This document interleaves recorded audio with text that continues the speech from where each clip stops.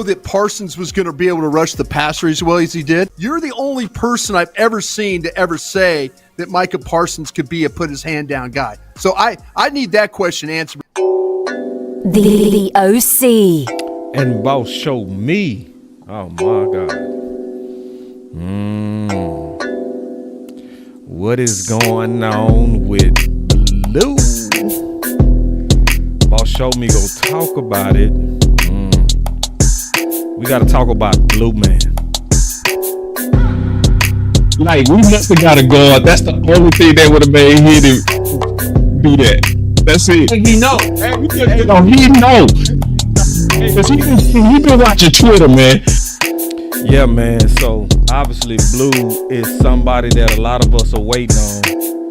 It's a lot of questions, right? What's going on? You know, this dude is Gibbs. This dude is Kamara. Where you at? My reefer with Henny and Coke. Please don't be stingy, got plenty to smoke. Show up and act up and back to the crib. I do not stun, I just rap what I live. Seem like they doing the most for the clout. Did what I said so they know what I'm about. Show up and act up and back to the crib. I do not stun, I just rap what I live. Boss, show me. You want answers? Yep. This the right place. You can't handle the truth. Woo! We gotta talk about this, man. We trying to win it all. Still, now. We ain't waiting. Shot it. Fight for. See, that's how to go out. Don't go out, just sit back. Yeah. Oh, I'm gonna take Matthew Golden. No, fight for. You wanted physical. You said you wanted physical. Fight for it. Man, that's an epic clip right there, boy. Yeah, man. Gotta fight for it. Fight for it. We fighting right now. We fighting for these Dallas Cowboys, man. We love you, Dallas. Oh my God. Somebody else said it's It is? It is? Boss Cowboysports. Where your voice matters. Man, I promise y'all I was going to be bringing it, man. We going to be bringing it all day. Let's go.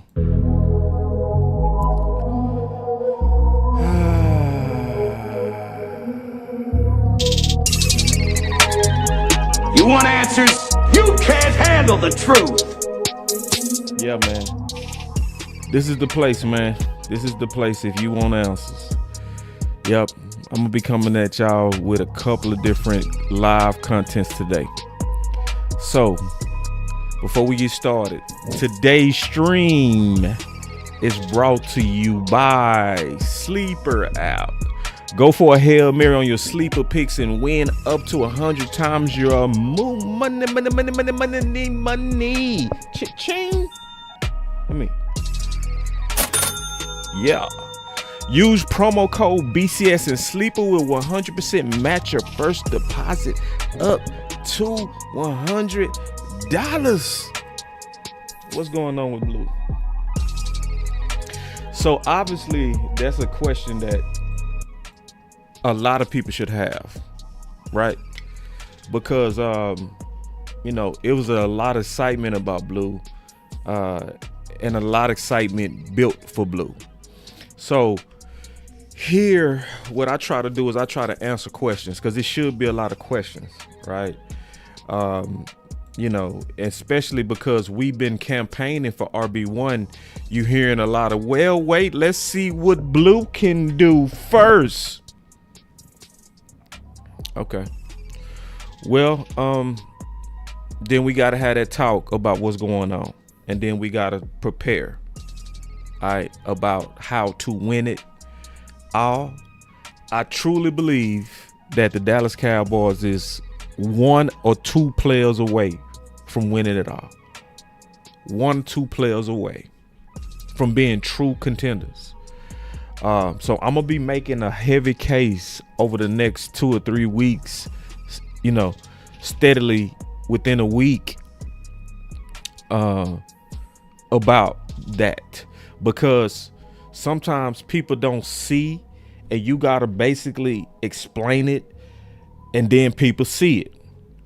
Sometimes people can see things and they're ahead of the curve, and you gotta basically make the case, and then people do catch up. I'm being all the way honest. We saw this same thing straight up with Tyler Booker. When we first started pushing for Booker, right? Lou and we first started pushing for Booker and didn't even know that we was pushing for the same guy, right? He just, from his film breakdown, said he make the most sense at 12.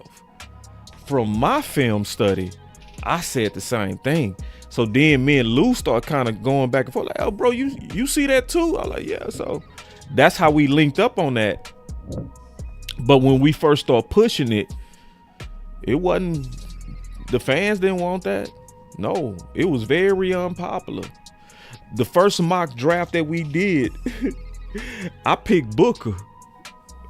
The fans gave me an F when we did it on the simulator. F. And they was trolling us up and down. And my boy Landlord, he hit me right in my mouth. It was so funny. He said, look at God. He said, look at God, man. He set y'all up to where y'all have to pick Booker after all that talk y'all did. And I was like, man, I'm standing on that pick, boy. And I made the pick. And boy. But what's my point? Over time, we kept making the case. We kept pushing it. We kept showing evidence. Like, you know, because everybody was saying, just getting y'all caught up and getting y'all prepared for the case we making on running back and what's going on with Blue. I was making the case that Booker is a weapon because everybody kept saying we need weapons. I was like, bro, you got to realize Booker is a weapon, right? So, you know, meaning you go help your running backs with Booker.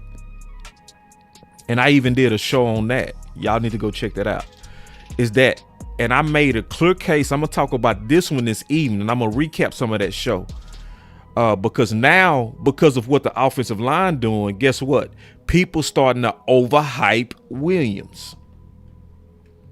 And I predicted that you was going to see a surge in the running back room because of the rebuilt offensive line.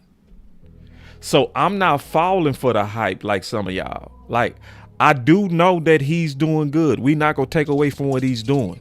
Okay. We not. He's doing good. But I'm going to tell you what's really going on is those guys up front is basically making it way easier on him. So, because a lot of people look at running back in a vacuum. That's the mistake they make. They don't look at the offensive line that's in front. You have to be able to gauge sometimes and play the what if game. That's what I'm telling you, even to this day, Chubb is and was a better fit than Williams and Sanders. But if you got Chubb with the Texans with their line, he gonna look okay. But if you would have put Chubb with this line, he would have looked all world right now. But we gonna talk about that this evening. So the real question that people have is what's going on with Blue. So I'm gonna get into that because Blue shows juice, right? And I saw some things happen in the offseason that was important when it came to Blue. When we was looking at his clips at training camp, it was some things that was different about Blue that I was seeing in the Texas tape. If you look at the Texas tape, you wouldn't see the decisive cuts that you were seeing in training camp. You just wasn't seeing it, right?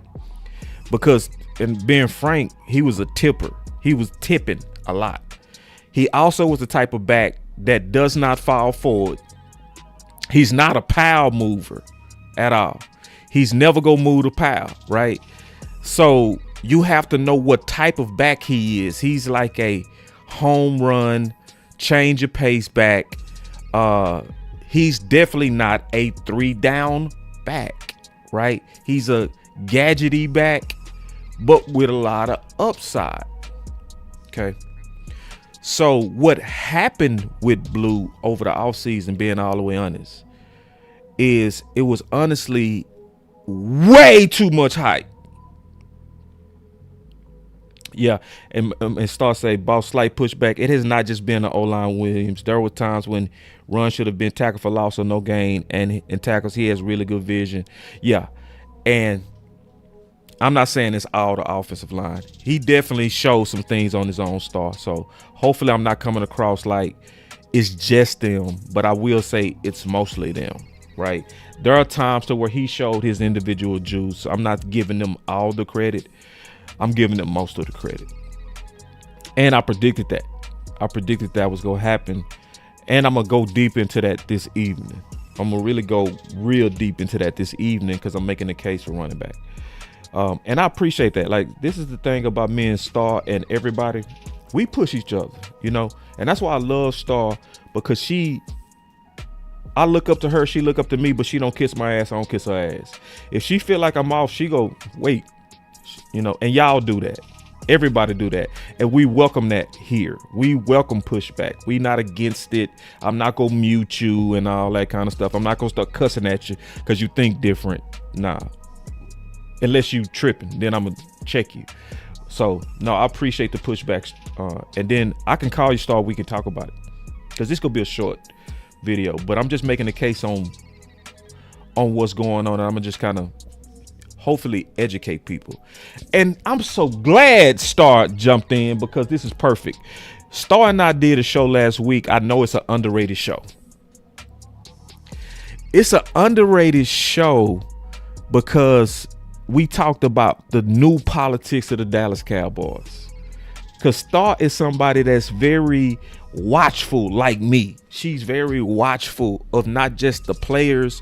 She looks closely like me at the culture. She's locked in on it. And me and her are similar to her. She has an elephant memory. I have an elephant memory. She's gonna remember details that I forget. I'm gonna remember details that she might have forgot. Trust me, that was an underrated show. Trust me. Let me go pull it up in case. Let me go show y'all this show, because trust me, if you want to get a better feel of what's going on, let me advertise this show for somebody that might watch it later. Y'all give me 1 second.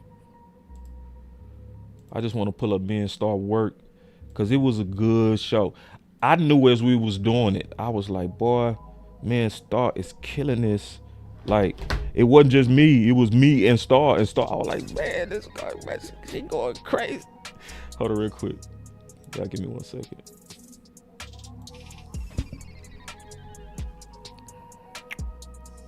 Yeah, here it is. So I just want to kind of show y'all the thumbnail so y'all can know what it looked like. Give me 1 second. So, and then I'm gonna finish talking about Blue. But this show does a good job of breaking down the new shift that's pattern that's happening if you really keeping up. Okay. So y'all need to go check that. If you ain't checked out that show, trust me, it's a underrated show. I would say that was probably one of our best shows. I would say one of my best shows with Star, and period, probably in about 6 months. Real talk. The detail that we talked about. Okay, I just got a note from Pep Pause that my car's ready. Hold on, let me see. Okay. All right, my car's ready, so I'm gonna go pick up my car. All right. So anyway, we go ahead and tell you. I'm gonna go ahead and tell you what's likely going on. What's likely going on with Blue is Blue was really never a fit for Brian Schottenheimer.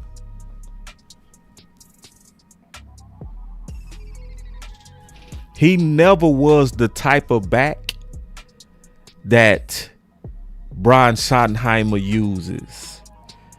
So I'm gonna show us talking about this real quick. Hold on real quick. Let me pull it up. So check this out.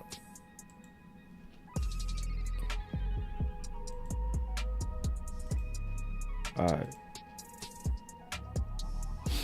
All right, so this is we was talking about this on preseason 2. Look, turn off this music. Watch this. Listen, watch. Milton. So competition, my ass.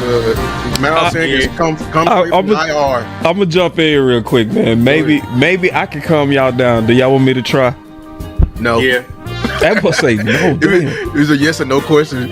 You true. That's a close in the question. Like, I did. So what was going on is this was preseason 2, and Henny and Lou was mad because Williams was bubble wrapped. Okay, so he wasn't getting a bunch of reps at all, right? So or any preseason, and we was like, what's up with competition? That's why I was like, let me try to calm y'all down. I'm gonna probably explain what's going on. So listen, that's what's going on because they was mad. They both came in the preseason 2 like, bruh, they set Williams. So hold on. Milton. So competition, my ass. Miles Sanders, come play from IR. I'm gonna jump in real quick, man. Maybe I can calm y'all down. Do y'all want me to try? No. Yeah. That boy say no. That boy Lou said no. I said, you want me to calm y'all down? He said, nah. That's funny, bro. Lou said. That boy Lou said no. Don't try to calm me down, bro.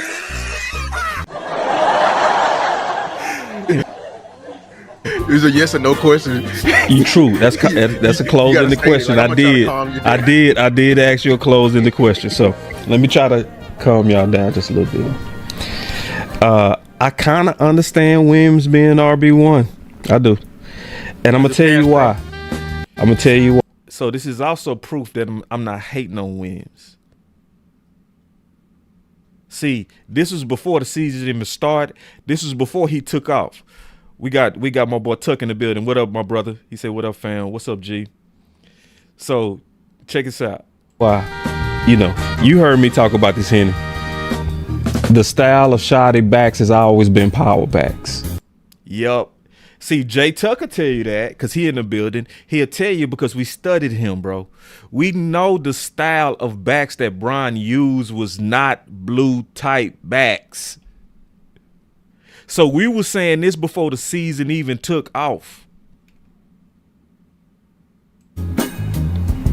Regardless of speed, it's his style, So he wants shoddy style. So for people that's like, man, what's going on with Blue, man? Wants to lead with a physical presence. And we all knew when they made all these acquisitions, we knew which one of those guys was the physical one. Yep. We knew it, right? So that goes to say why he was bubble wrapped. And let's be honest, Shotty was right. What Shotty did was stuck to his style. That's why our guys' philosophy this year is not winning. The coaches are getting, and me and Star showed that. We proved that. Our guys' philosophy is losing this year, bro. The coaches and who they sponsored are winning this year. And Steven Jones and Jerry this year, and I think it's gonna only last 1 year, is giving these coaches carte blanche. Yeah. Hence, likely why we are not seeing Blue. And my boy Tuck in the building, he say right all the way back to Georgia with the fullback. It's his thing, power run game. Yeah, and see, I know Tuck studied this. Me and Tuck never did a show on this, but I know he studied Shotty, And so I studied Shotty. And this is the thing about me and Tuck. This happens all the time. He'll go research, I'll go research, and we'll come back with the same answer. We might have it named differently, but we gonna be talking about the same thing. And it's so funny. Tucker do a show, I do a whole nother show with whole nother evidence, but we'll be saying the same thing every time. It happened on No Identity because I was calling it the system offense. He researched it. It was called, he figured out the actual name. It was No Identity with Kellen Moore. So we telling you what's likely going on. So I'm going to tell you what's likely going on with Blue. for people that got questions, what's likely going on, I'm telling y'all what likely happened, is that Blue was really never a shoddy guy. Nor did he ever truly fit what shoddy does. Just like Tuck just said, power run game. And people who knew his history was like, he don't mess with gadget backs. He really don't. Especially when he told you that he wants his offense to be physical. Is Blue physical, bro? Is he a punisher, bro? Come on, bro. No. So this is low key, if you know what you're looking at, a divide between Brian and front office, and likely probably a Stephen Jones pick. Blue was likely a Stephen Jones pick or a Jones Jr. pick. He said, craziest thing, boss. Malik Davis jumped off the couch and took Deuce spot because he fits Shotty's type more than Deuce. Exactly, bro. Exactly. Hey, Tuck, if you available, I'm going to call you and we'll just talk some ball. It'll be 2 minutes. And then I'm going to call Star. Just because I know you got a good feel of what I'm talking about as we try and explain to people what's likely going on with Blue. Because I know it's a lot of questions on Blue. Right? And I want y'all to understand in detail why we're pushing for another running back with Williams. So Star said, no, boss, he was a Will McClay pick. Okay. I don't know who the pick it was, but and I appreciate that, Star. Okay, he said Will McClay was shouted for him, our running back. Okay. Thank y'all. Okay. Appreciate that. Okay, I'll call you, Tuck. So going and appreciate y'all with the insight on who really was the hands behind Blue. But it's a divide. It's a divide. And right now, the divide is the coaches getting their way versus front office. If you pick them, you got to play them. It's no for this year. If you pick them, you got to play them. It's not getting that love that it used to. Now, the risk is the coaches better be right. And this is what me and Star was talking about, is that just like it was an overreach for our guys when front office was pushing to play the drafted guys, you can have an overreach and a lack of balance when you over pushing the people that you sponsored. So sponsors is where the coaches, the current coaches, are identifying with current players or people that they wanted. And so me and Star talked about the pattern that we're seeing, like stuff that's not really making sense, right? Like just when you look at it in your common sense and you say, wait. Morris is under Sanborn? And then they try to sell you like, but he came from Eberflus. He has all his experience in the system. No, he don't. He played mostly special teams, bro.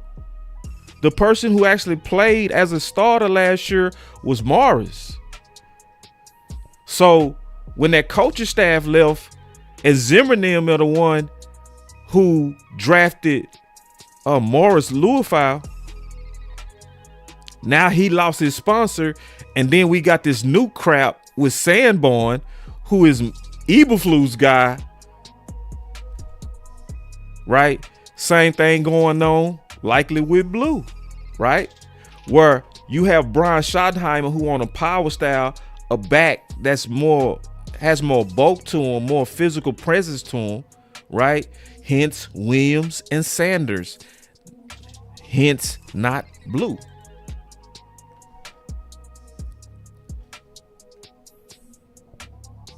See, it makes no sense. I don't care what none of y'all say. It makes no sense for Mozzie to not be active. But he doesn't have a sponsor. Jay does. Yeah. So what Star and I talked about is that likely the politics has switched. But we also warned that, Brian, y'all got 1 year to do this. Because front office rode with the our guys philosophy for years. And I think every time they get a new head coach, you get your way for 1 year. After that, they go take the reins from you. Same thing happened with Mike Nolan. Oh, you want your boy Mike Nolan? Go ahead. Go. Yeah. Hey, you the head coach. Mike McCarthy, yeah. In 1 year, get him out of here. And front office went and hired Dan Quinn. And they was hands-on ever since. So even to the point when Dan Quinn was trying to get Bobby Wagner, for 2 years, he was trying to get Bobby Wagner. By that time, they was already in hands-on mode. So guess what? No, our guy is LVE. But his neck broke. So he's our guy. But Bobby Wagner led the league in tackles, and he's not our guy. We go with the drafted guys. So Brian wasn't here Mike McCarthy first year. It was Ben McAdoo. See, yeah. So Brian, he might be making a mistake of thinking that they go always keep their hands off. Now, y'all likely got 1 year. So y'all got to get this right. So I'm going to say this one thing about Blue. I think Blue should play. I want to see Blue over Sanders right now. I'm pushing for RB1, but shit, right now, based on what I'm seeing in Sanders, bro, I'd rather see what Blue can do, because at least Blue show way more juice, right? Because the good thing that I saw in training camp, I saw him, even though this was practice, even though I saw the cuts was way more decisive. He was putting two hands on the ball every time he was in traffic. He never fumbled one time. That's why I was happy that coach talked about his ass. I was happy that coach talked about him, because we was babying Blue. We was, and I did a whole video on it where it was a bunch of mamas out here. How dare he talk about Blue and his work ethic? And those of us who know, and I see some of y'all saying, Martha, bro, I'm gonna be honest, bro. I'm not, no. I'm gonna put it like this, and I'm gonna come back to Blue. And I want y'all to hear me out when I say this. In the offseason, if I would have been saying, listen, y'all, we don't need wide receiver 2. Let's see what Brooks can do. Let's see what Flournoy can do first. What would y'all be saying?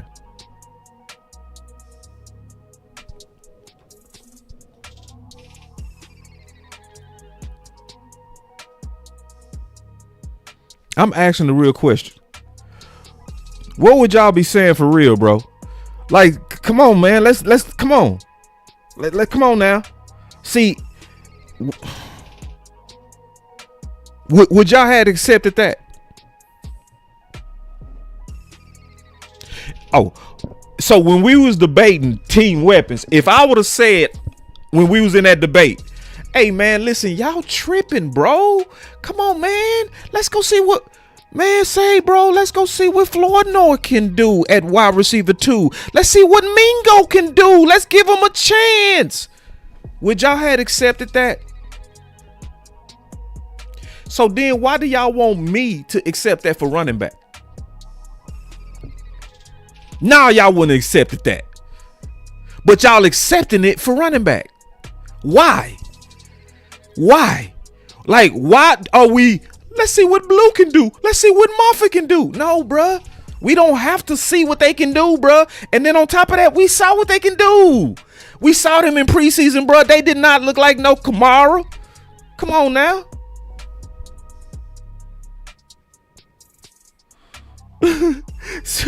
Tuck say, we don't need a guard. Let's see what TJ Bass can do. No, boss wasn't hearing that. So why we doing that with these late round backs? So when we out here saying, listen, the Cowboys can go to a whole nother level if they decide to trade and get aggressive for a true RB1. And I'm going to repeat this as I do more shows on this. The value of what you get out of running back is a domino effect that affects multiple positions. Because a lot of people, I see y'all saying now, we need a safety, we need edge. That doesn't affect multiple positions like running back. If you get a quality running back, it helps Williams. That's one, right? Because now he got somebody he can feed off of, right? That's one. Who else it helps? CeeDee Lamb. Why? Because if you get a real threat in here, can you really focus on CD? No. So if you take pressure off of CD, who else does that help? Number 3, Pickens. Already 3 people are better because of one acquisition. Who else does it help? Your offensive line. Why? They don't have to be on their heels all day, right? Protecting for Dak to have to pass the ball. They get to do what they like to do. Offensive linemen like to lay on people. I know y'all think they like dancing. They don't like dancing. They like mauling. Guess who else it helps? 6, Dak. Did y'all see how Dak was getting dunked on his head? Did y'all not notice that? Did y'all not notice that Dak, even though we won against the Giants, that was a prelude to what we getting ready to see with Green Bay? So do y'all want to run at Micah ass, or do you want Dak throwing all day against Micah? That's why we want the running back tandem with Williams. So for all the people, man, no, we don't need a running back. We got way more needs than a running back. Bro, y'all not thinking, bro. Y'all been listening to stat nerds and people that never played the game, bro. Because, see, I used to play and I used to have to tackle running backs, bro. Running backs will hurt the defense. That's the one position that brings pain to the defense.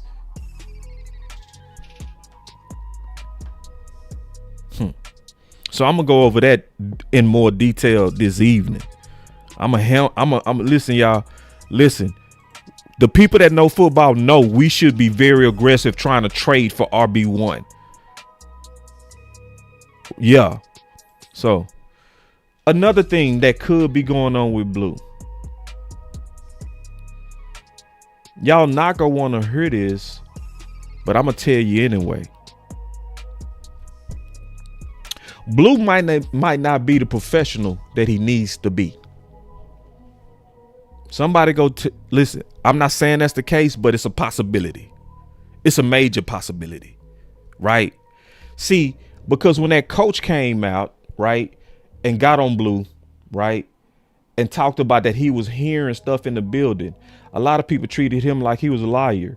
Oh, man, why he come at Blue like that? Who he think he is?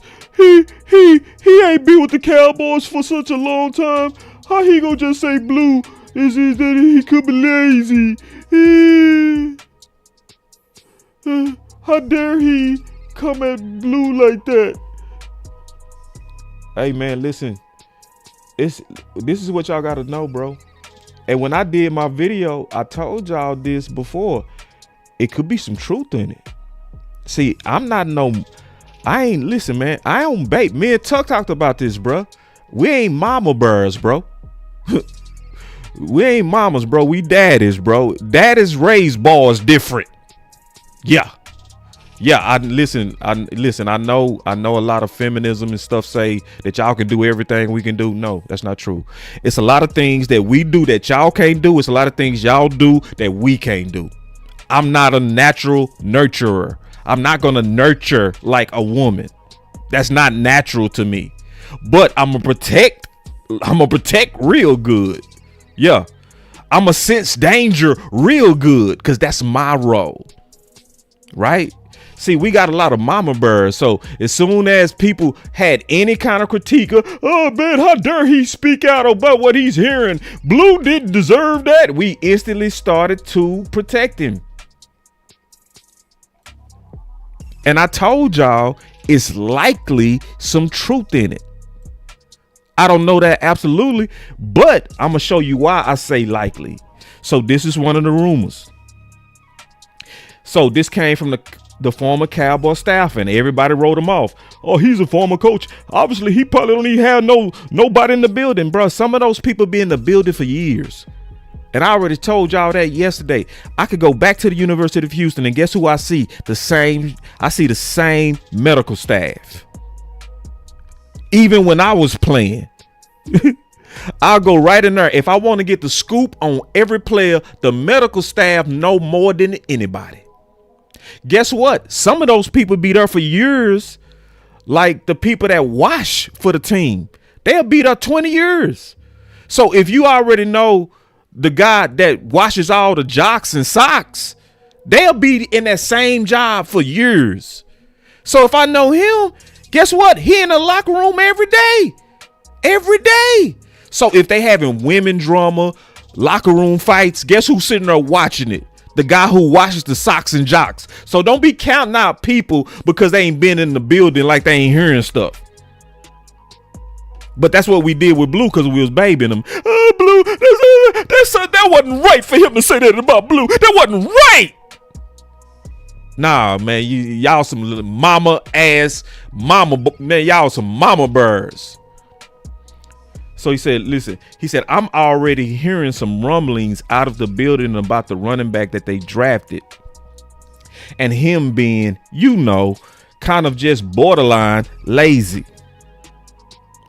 Not in the building doing his offseason workouts. Former Cowboys assistant Glenn Stretch Smith said during an appearance on Locked On Cowboys. So get your explicit in here and let's get a little bit. Let's get going a little bit because I think that's a firm message that needs to be sent.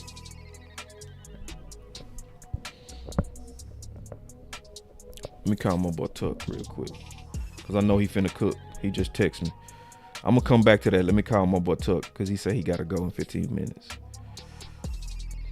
But see, trust me, Tuck getting ready to cook, bro. Me and him, we see this similar, and he definitely ain't no mama bear. Blue, is Blue okay? That poor coach talked about it. We need to protect him. We need to protect old Blue because Blue didn't deserve that. He didn't deserve that. Yeah, so I'll get out of here with that. Tuck.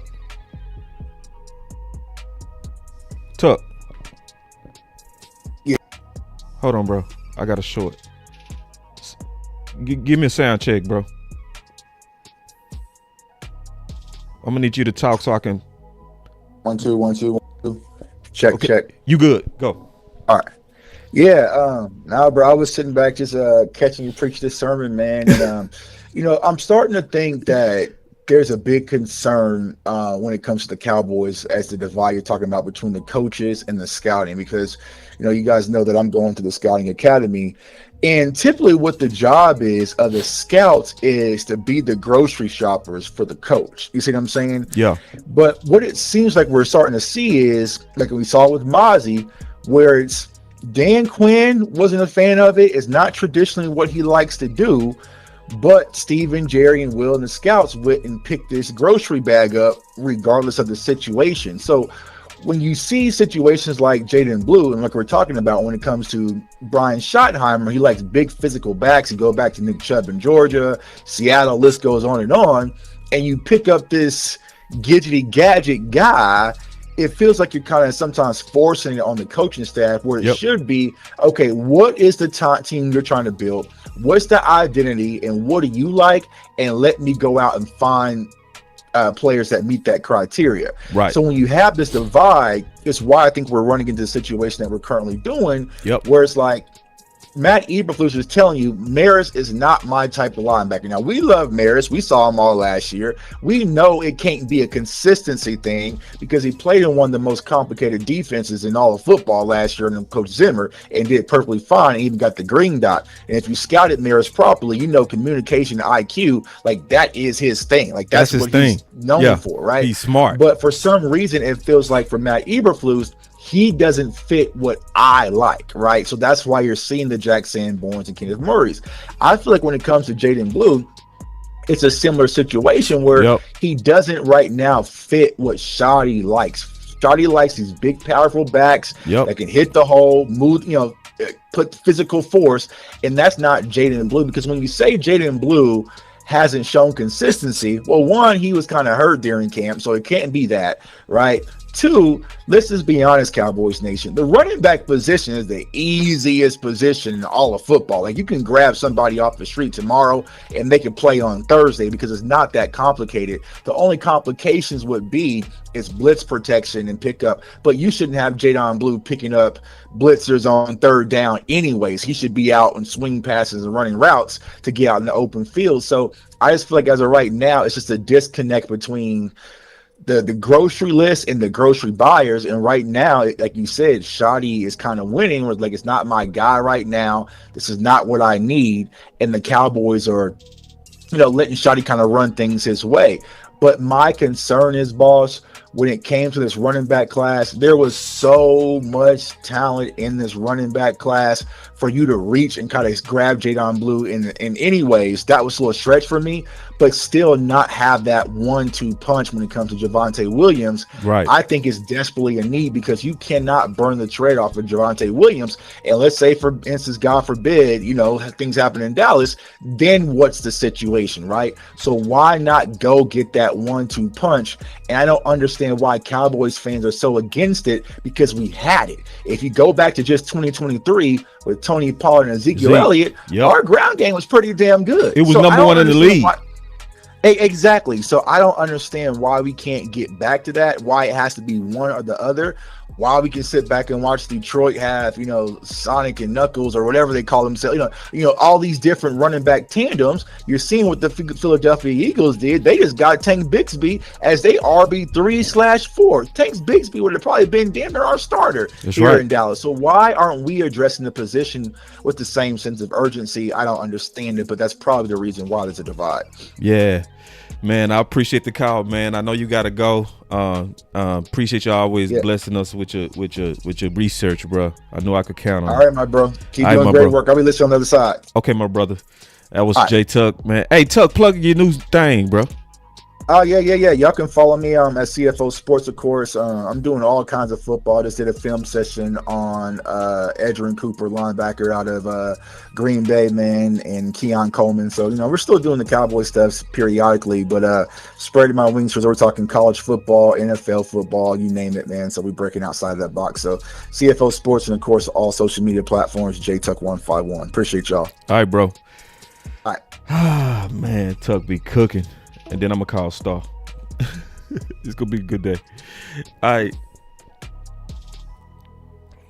So, and he right, man. Yeah, you can clearly see it's a divide. And the people that do a good job, in my opinion, of kind of breaking this down are your content creators, bro. Like, being honest, I think we really kind of dig into the sauce a lot deeper than most because it's a passion of us, bro. Like, we really keep our ear to the ground very close, man. So that's the reason why I think we see what most don't, because most don't even have this conversation. You don't hear most people having that discussion that Tuck and I just had. You don't hear most people talking about the true political dilemma between our guys' philosophy and the sponsorships. Most people still don't even see the our guys' philosophy, nor do they even talk about it. Most people don't even talk about it. So even as it's moving on from our guys this year, most people don't even know what that is. Y'all do. Executives in here know what that is. But if you look outside and you say our guys' philosophy, most people go, huh? What? What you talking about? You got to explain it to people. Yeah, that's where they lean on their draft guys for budgets. And that's usually Steven Jones and Will McClay. If you pick them, you got to play them.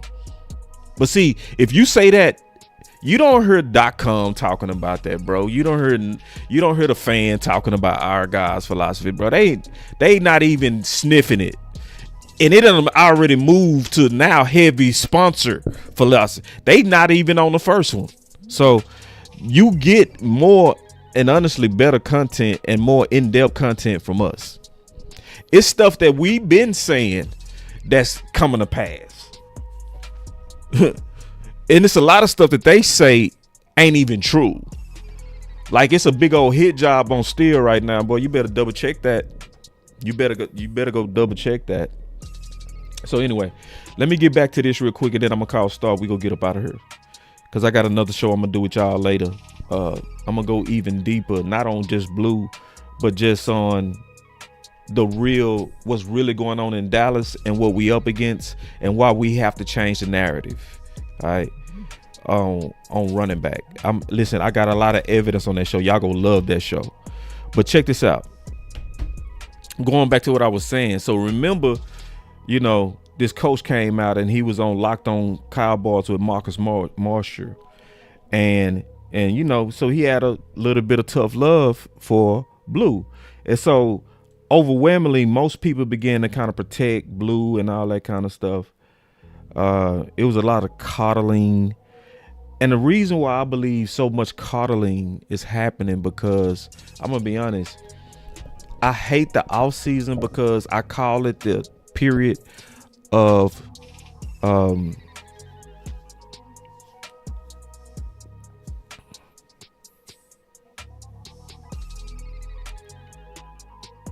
optimism, delusional optimism, something like that. I can't remember my own saying, but basically people are very delusional in the off season. Like, every pick we get super excited of, and then content creators, especially those who don't really have real principle, they will oversell some of these guys because they know that's what you want to hear, and that's what makes them grow. Yeah. So you'll hear stuff like Jack Sanborn is Luke Kuechly, and you, what? Bro, like, all of us should have been like, as soon as that happened, like, Oh, hell no. do y'all know how cold Luke Kuechly was, bro?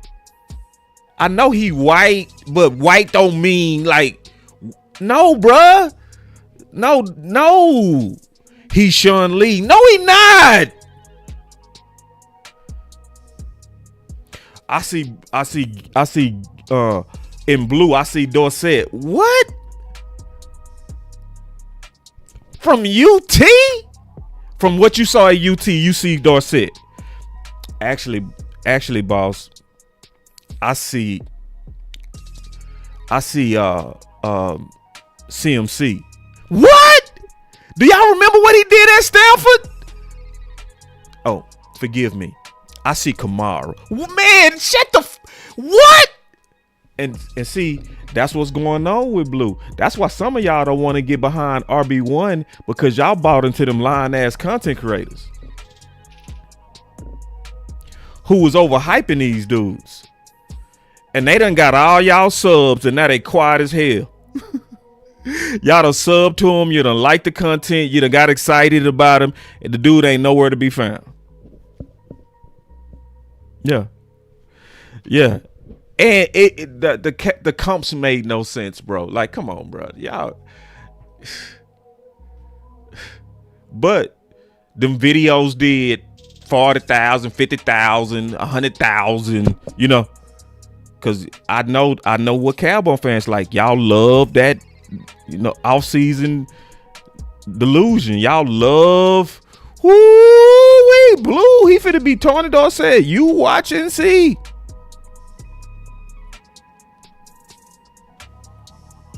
Yeah. And see, my boy Tuck he said that's why fans already out on Donovan eat. Yeah, bro. And I say they overhype him, and then when it don't come out like they was sold, they turn on him. They go turn on Jay too. Watch. They go turn on Jay. Everybody that was hyping Jay go turn on him. Watch. Tuck. They go turn on. Yeah, they go turn on. Yeah, because what was they saying? They were saying, see, because this is what was sold. They were saying stuff like Donovan Ezeraku is going to replace Micah Parsons. And we was like, bro, no, he not. We watching him in preseason. He not even close. No, he not.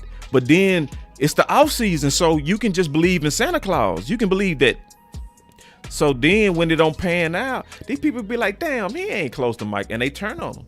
Instead of giving them a realistic expectation and saying Donovan gonna probably take about 3 years. You gonna start seeing some flashing maybe by the end of this year, mid-year, you gonna start seeing him make improvements. See, that's realistic, right? By year 2, you gonna see a jump. By year 3, we gonna really see who really Donovan really is.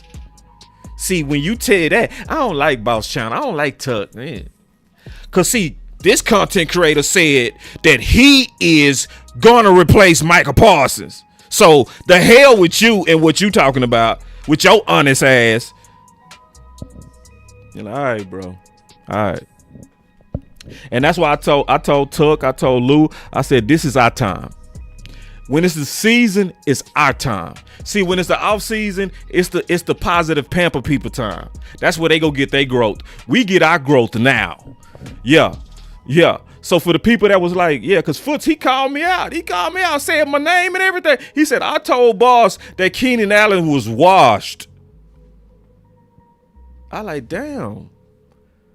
We showed that in the public, bro. I didn't just pull that out of my ass. And now I'm like, now people tagging me, man. You see Keenan, bro, Keenan going off. We should have listened to you. Like, bro, I mean, bro. Because see, the people that did the work in the offseason is showing now. Yeah, the people that made the proper predictions and set the proper expectations, they didn't oversell these dudes. Now you're seeing it. Now y'all should be like, shit, I guess Boss wasn't lying. I guess Tuck wasn't lying. They wasn't lying. No, we was not lying, bruh.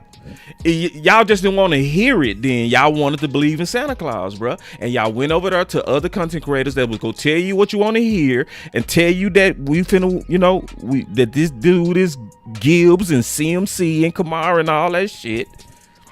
When we was telling y'all that Booker was athletic, we was telling y'all Booker is athletic, bruh. I don't care about no RAS score. We kept telling y'all that he not athletic. Man, come on, bruh. Like we was telling y'all way before, his best attribute is him at pass pro. It's not even the physicals of his run blocking, because we did the work. We like, bro, we really looked at Booker, bro. He the shit, and he go get better. And Buzz, shut up, bro. Shut up. All right. Now it's the season. Now everybody love him. Ain't that a bitch? All right, let me go back to Blue. Let me go back to Blue real quick. And then I'm going to sum this up and call Star. Because, see, everybody jumped on that coach. It was a lot of babying and stuff. But, see, you know what people didn't look at?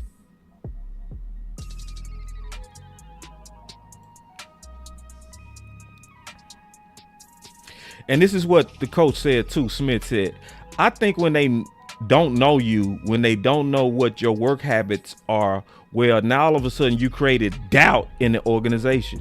Smith said, you created doubt with the coaching staff.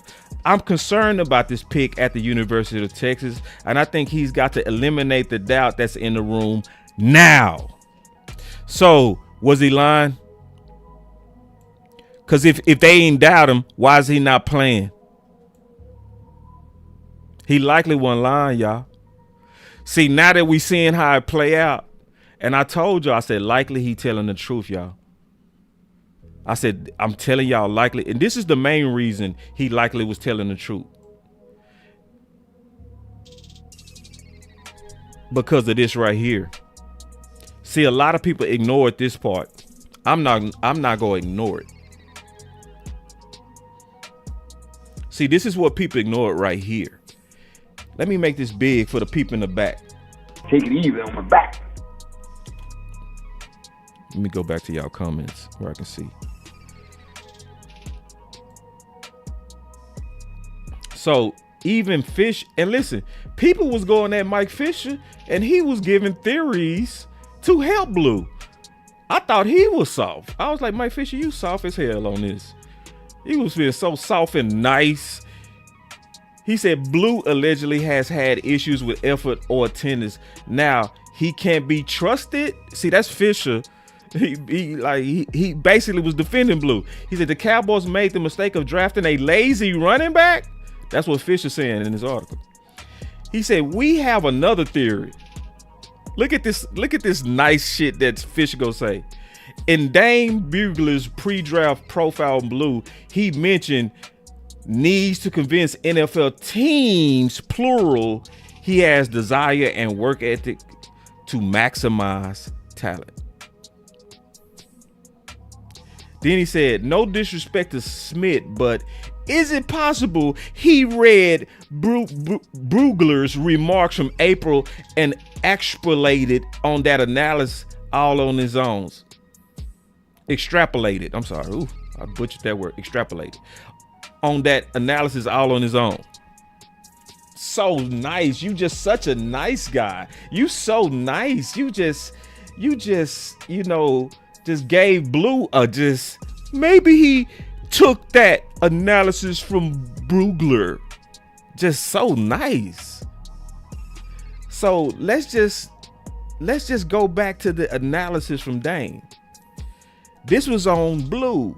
Needs to convince NFL teams, plural. He has desire and work ethic to maximize talent. So this is the deal. Even if Smith allegedly took and plagiarized that, which I think is kind of very like, come on now. Like he basically, okay. So basically the theory is this former coach read through Dane Bugler's work and said, let me just wake up today and make up some shit on this dude. And I'm going to take it from Dane Bugler and I'm going to come up and say, he need to get his shit together and all that kind of stuff. And that he's, nah, bro. So if we focus on what Dane said and not create theories to give Blue a pass, let's focus on the fact that it was multiple teams that had concern about his desire and work ethic. So that means multiple scouts from multiple NFL teams all came back with the same concern. See, you can't make these players better if you coddling them, if you being a mama's boy or mama bear. You got to be honest with boys. You got to be honest with men. You can't go with that old nurturing, coddling. It also don't mean he's a bad guy. It also don't mean he doesn't work. It's just sometimes people go tell you and a man go tell you you need to work harder. Let me give you a perfect example. Me and Tuck was talking. And he was saying, I go through this with my wife. He say, my son, his games be like an hour away. And we got this big old field outside and he never go outside and practice. But yet you be wanting me to make the sacrifice to go an hour and you not putting in the work. Man, hang it up. You don't really want it. Then he says his wife would be like, Tuck, come on, you can't do that.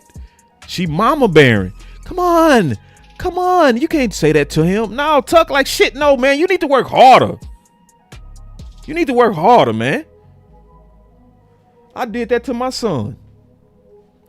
I was trying to teach my sons how to finish and how to work hard. And my youngest son, I ain't gonna never forget Dayton, right? I was using, he wanted this Wookiee mask. It was a Wookiee mask from Star Wars. He really wanted it. So I was using it as a carrot. And I was like, if you do this, if you do that, and if you don't have no attitude at practice and you finish your practice, you got to finish it. I give it to you in 2 weeks. And he was having great practices because he was fighting for it. Right? He got to the last practice and he acted a damn fool. He was tripping on his coaches. He was tripping. And so I was like, I can't give it to him. What was his mama saying? Man, give him to it. Give it to him. I said, no, I can't. I can't teach him that was acceptable. If I give it to him, I'm teaching him that what he just did was and it's not acceptable. No, I can't. So guess what? I got into it with his mama. Now we having an argument because she wanted me to give him the Wookiee toy. And I'm like, no, That's not going to make him better. What's going to make him better is he got to know that I meant what I said. Yeah, I know you had 2 weeks. I mean, you had 13 days of good practice, but you really messed up on that last day real bad. You didn't even make it close. So you ain't getting it. So I had to put my foot down on her and him. I had to be the bad guy, and I'm cool with it because that's a man, and that's what you got to do. So if we talking about what's going on with Blue, Blue is likely going uphill because first of all, you was never the back that Brian wanted. If you look at Brian Schottenheimer's history. So when you going uphill, you got to go that much harder. You got to show them I'm the exception to your rule. I am the exception. That's where men are telling, man, all this, I'm just going to barely go to practice. I'm going to do what you tell me. And that's it. No, you need to be showing them I do extra. I do extra. Yeah. Because, see, you already was going uphill. See, that's what a man will tell him. So in his mind, this is what Blue likely thinking in his mind. Blue likely thinking, man, I'm doing what they tell me. No, let me tell you what a man would tell you. You need to do more than what they telling you. You need to stay after practice more. You need to show them that you willing to do the extra. It ain't just doing enough. I'm going to give you this example. When I really became an all A student consistently, like where I made literally all A's, literally, is when I was in class and this guy named Ken Jones. I tell this to my sons. I tell this to my sons to this day. And I stay on them about this. And my professor, Ken Jones, he was preaching like he used to get real passionate. He was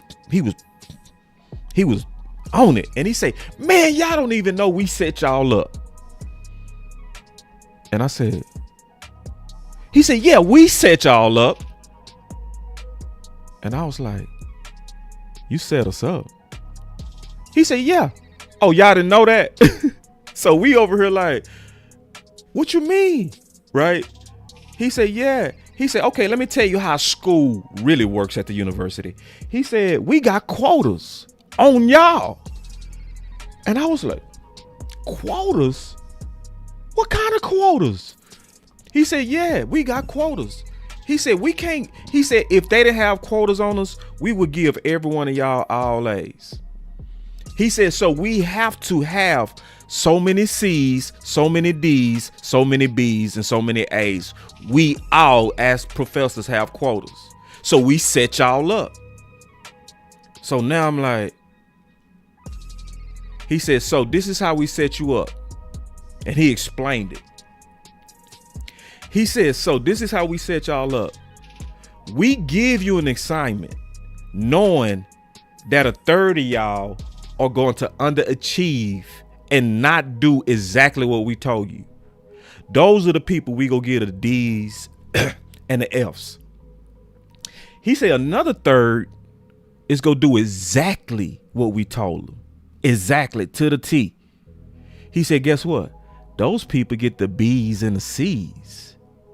He said, but then it's a third of y'all go do every time more than what we asked. He said, those are the people that get the A's. And then he said, like grades, like life. And I got it. He said it one time and I got it. So I was the student that I was getting B's. Occasionally I would get a C because guess what? I was doing what the assignment was. I wasn't doing more than what the assignment was. Once he told me that and I knew the game, I started doing more than what they asked. So at first they would give me a 10-page paper and they would say, write this 10-page paper on this. And I would write the 10-page paper on a subject and I would turn it in. And I'd be like, damn, why I get a B? I thought I wrote it well. No, I needed to do more. So guess what I started doing? I would write the 10-page paper. I would take it to the English lab. I would let English professionals break it up, mark it up, clean it up. So now it has a professional English pop to it, right? Then I would take it to Kinko's and print it off in color on real high quality paper. And I would get my papers bound where it had that spiral look. Right. So you got all these people that's turning in their paper and they just stapling it. And then you got mine in there look like a dissertation. You got my paper in there look like I took pride in it. I was getting A+ every time. And I did that in every class. And I graduated top 3% of my university because I started to do more than what was asked. So likely Blue ain't doing bad. Blue likely probably just need to do more. It doesn't mean he's not trying. That's why he probably spoke out like, man, they hating on me. Nah, Blue, you need to listen to some men, bruh. You need to be showing them I do extra.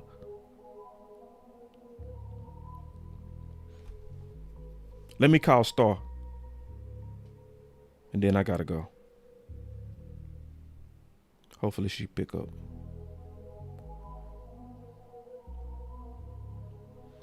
I'm trying to get y'all that real though. I ain't gonna lie to you. I ain't gonna do all that pandering. What's up, boss? What's up with it? I see you calling me talk about Blue. Yeah. I think with Blue, I feel like I agree with what you're saying. I feel like it's got to be some type of. It's got to be what those coaches talk about. I know nobody wanted to believe it. I mean, and I was the same way too. I was like, wow, some random coach just trying to get clicks and views. But that's before I knew that, I think it was Dane Grugler or one of the draft gurus. They had it in their draft report that he had issues. I said, oh, I didn't know that. Yep. And then when you look at what happened in the preseason, Dak was yelling at him. Yep, Dak was getting on him. And then now people forgot about that. Right. People forgot about that, and it's like now he's not on the field, and you've got to ask the question, well, why is he not on the field? Shotty had showed like he had all this confidence in him at camp, but I mean now Shotty's not even allowing him to suit up to play, and you have to wonder. I mean, and I agree with you as well. Like, he's not Shotty's typical back. Nope. He was not advocating for his drafting. It was Will McClay. Right. Who, and you know how Jerry and Steven are. Because when it's not their pick, they sure to tell the world that was not my pick. So it was definitely Will McClay who was, because I think Steven said Will McClay was trying to get us to draft Blue in the third. That's how high Will McClay was on Blue. So, unfortunately, this is another Will McClay pick where it's like, all right, bro, we got your pick, but now it's like, is he? And I kind of get Will McClay's ideal. He probably was trying to think like, okay, we got our Bruiser and Devontae. We need like a Pollard or somebody like that, which I can see that. But Blue also clearly had red flags. Yep. In the pre-draft process. Yep. And it makes it's like he was an outlier because y'all said y'all's criteria with leadership and all of this stuff, and it's like Blue was not that. Blue was not a leader or a captain at Texas. Blue was like the third or fourth running back at Texas. So, when you look at those situations, you just have to come to the conclusion that maybe he's not ready. And I put on Twitter today, it's like we're in the regular season now.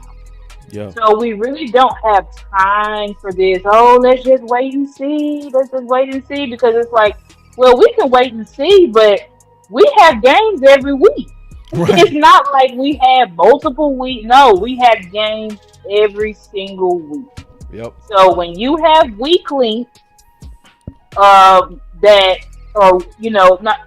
weaklings, like we talked about our safety group, and I still think, regardless of what people saying, he being covered, I still think Jay Toy is a weak link. Like, when you have Jack Sanborn, when you have these type of weak links on the field, Blue, because people don't understand, Blue, if he don't know playbook or he don't know blocking assignments and stuff, it only takes one hit. Right. Yeah. To knock Dak out. I mean, Tyler Smith, he whipped on a block his rookie year, and that knocked Dak out for 6 to 7 weeks with that thumb injury. That's right. So it really only takes one hit. And, you know, it also goes to your argument of let's get a better back, because I was kind of conflicted because I'm shocked with what I've seen from Javonte Williams, to be quite honest. I am shocked. I did not expect him to look anything like he looks. Right. But at the same time, you kind of do want if you can upgrade, you would like to upgrade and have somebody with a more dynamic presence, because right now, Javonte doesn't have that fear factor. If you go in and ask somebody like a Kamara to pair along with Javonte Williams, that's when things can kind of get scary. And I think that's probably our realistic target at this point, because Jonathan Taylor, I don't think the Colts are going to wait. No, Star. We just got to pray, first of all, that they are the Saints, who started off 2-0 last year and fell off a cliff. Yeah, that's what I was saying. I was like, we're not going to get Taylor unless they fall off a cliff. If they start losing, get on the phone immediately. Or, Star, we got to make an offer. We got to shock them. We got to be like, I'm going to give you a first and a fourth.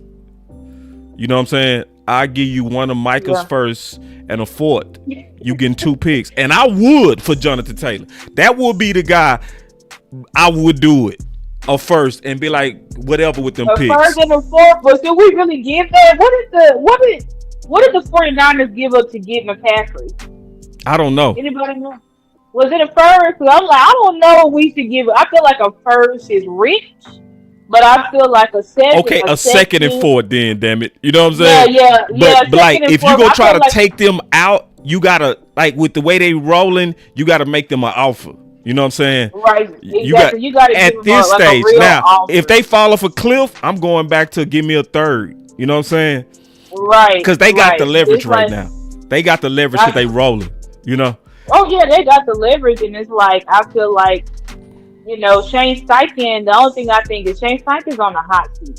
So it's like, do you trade your absolute best player for the future when your ass may not be here for the future? So I think he wouldn't, but his front office maybe, because then they'll be thinking about, you feel me? So right, exactly. So it's like, yeah. So but yeah, I think Kamara. I also I watched the Bucks versus Texans game. I like how Rachaad White was looking. A-Chain, the Dolphins are losing bad over there. It feels like they're one step away from a complete blow up.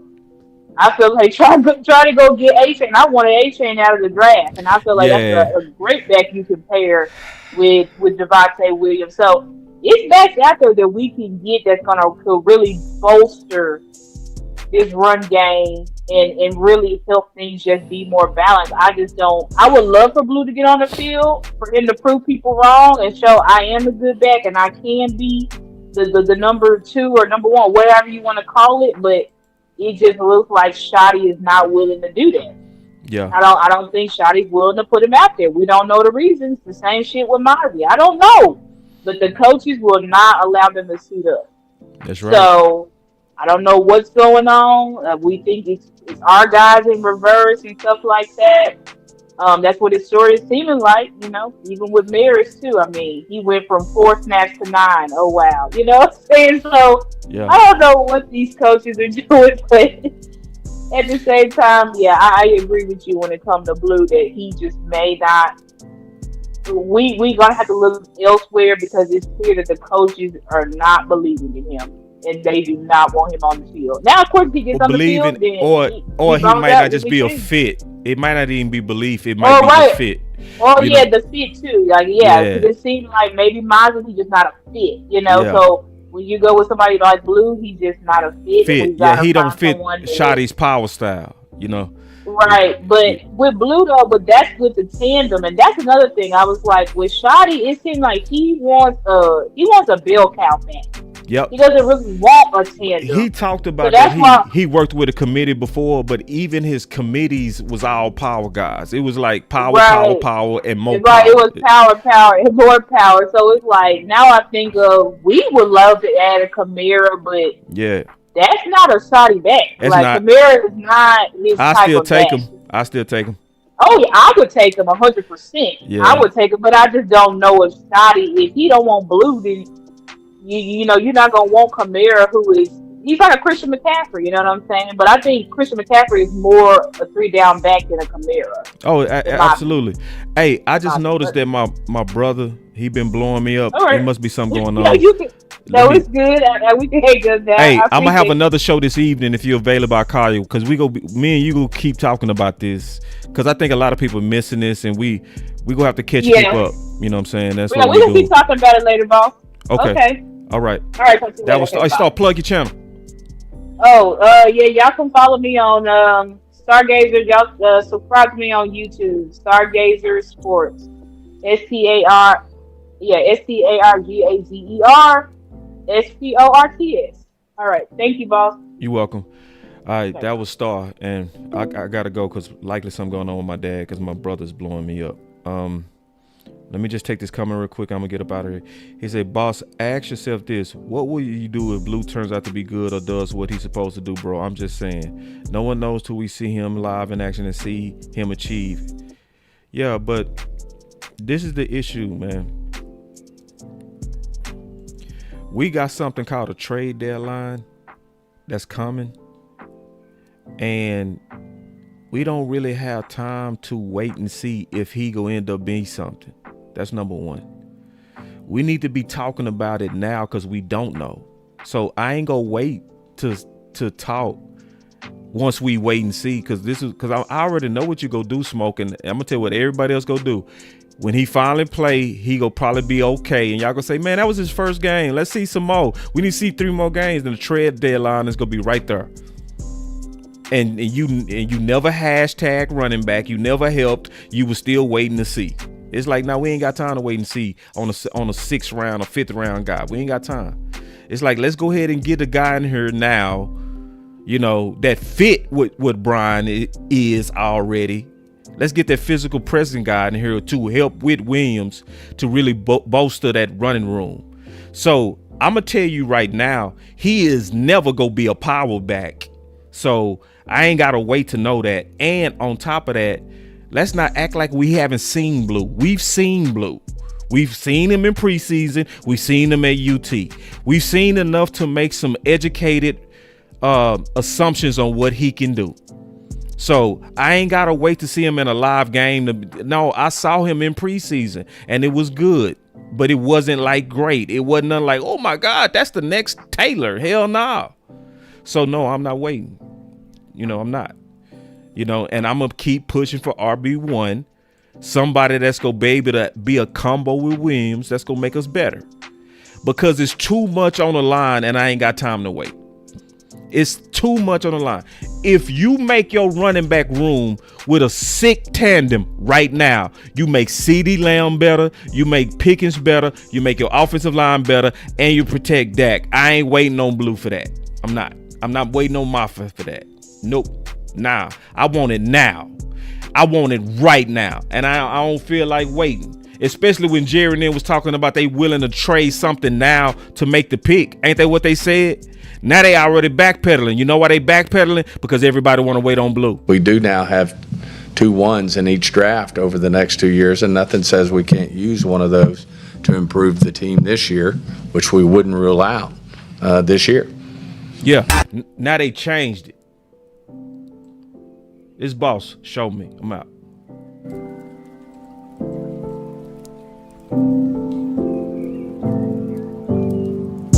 I'm gonna be back, y'all. This evening gonna be fire. Trust me. My boy say content creators think they know everything about a player. It's crazy, man. Yeah, cause actually sometimes we do. You don't see that with my track record right now? Shit, my track record speak. So do this. Show us how to do it, homeboy. Show us how to do it. And why you in here then? For real. If you go hate on content creators like that, why you up in here, bro? Real talk.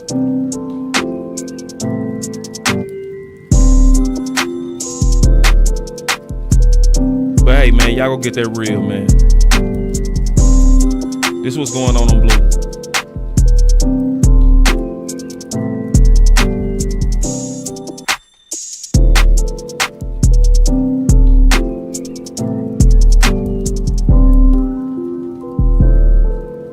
Give him a chance. I ain't getting shit a chance. He need to get his ass on the field.